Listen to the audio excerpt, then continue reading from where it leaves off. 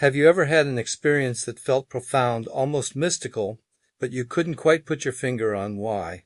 Today we're going to explore a fascinating idea, that our younger selves aren't just memories, they're living patterns within our nervous system.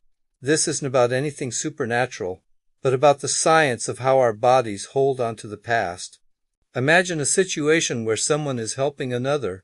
Let's call her Sandy. They sense the presence of a 2-year-old and a 4-year-old.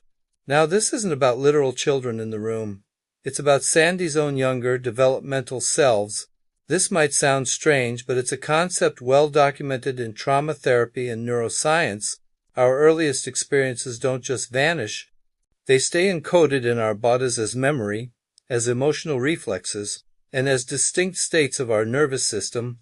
So we're not talking about stories or thoughts, but actual states. A 2-year-old state, a 4-year-old state. These aren't just metaphors. They're real regulatory patterns still living inside us. So, when we talk about inviting these parts in, what we're really doing is acknowledging the frozen developmental layers that never received safety or resolution. It's a powerful shift from trying to fix a symptom to simply saying, everyone inside is welcome here. And this is crucial. Think about it. A 2-year-old's world is entirely about attachment and regulation. They are pre-verbal. A 4-year-old is just beginning to form their identity, learning the difference between safety and fear. If significant stress or fear gets locked in at these ages, those states become entry points for issues we face as adults.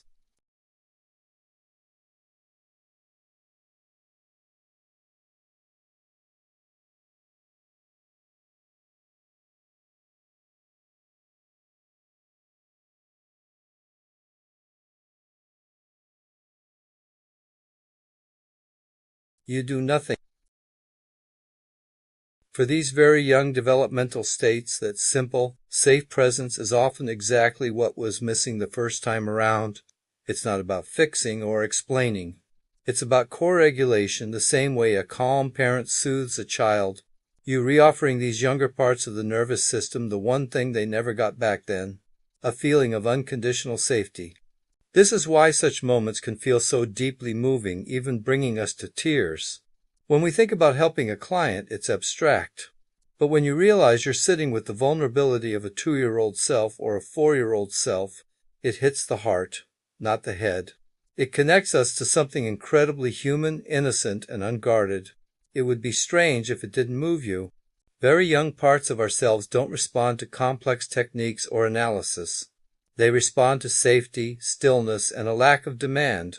It's not about doing inner child work in an active sense, but rather creating the only condition under which those early, frozen layers can finally gently relax on their own. No force, just permission. What might seem like a dramatic or mystical healing moment is often something far more simple and biological, a nervous system that finally feels safe enough to soften. And in our busy, demanding world, allowing that simple, profound release might just be the most powerful thing we can do for ourselves and for each other. Thanks for watching. If this resonated with you, consider subscribing for more content like this.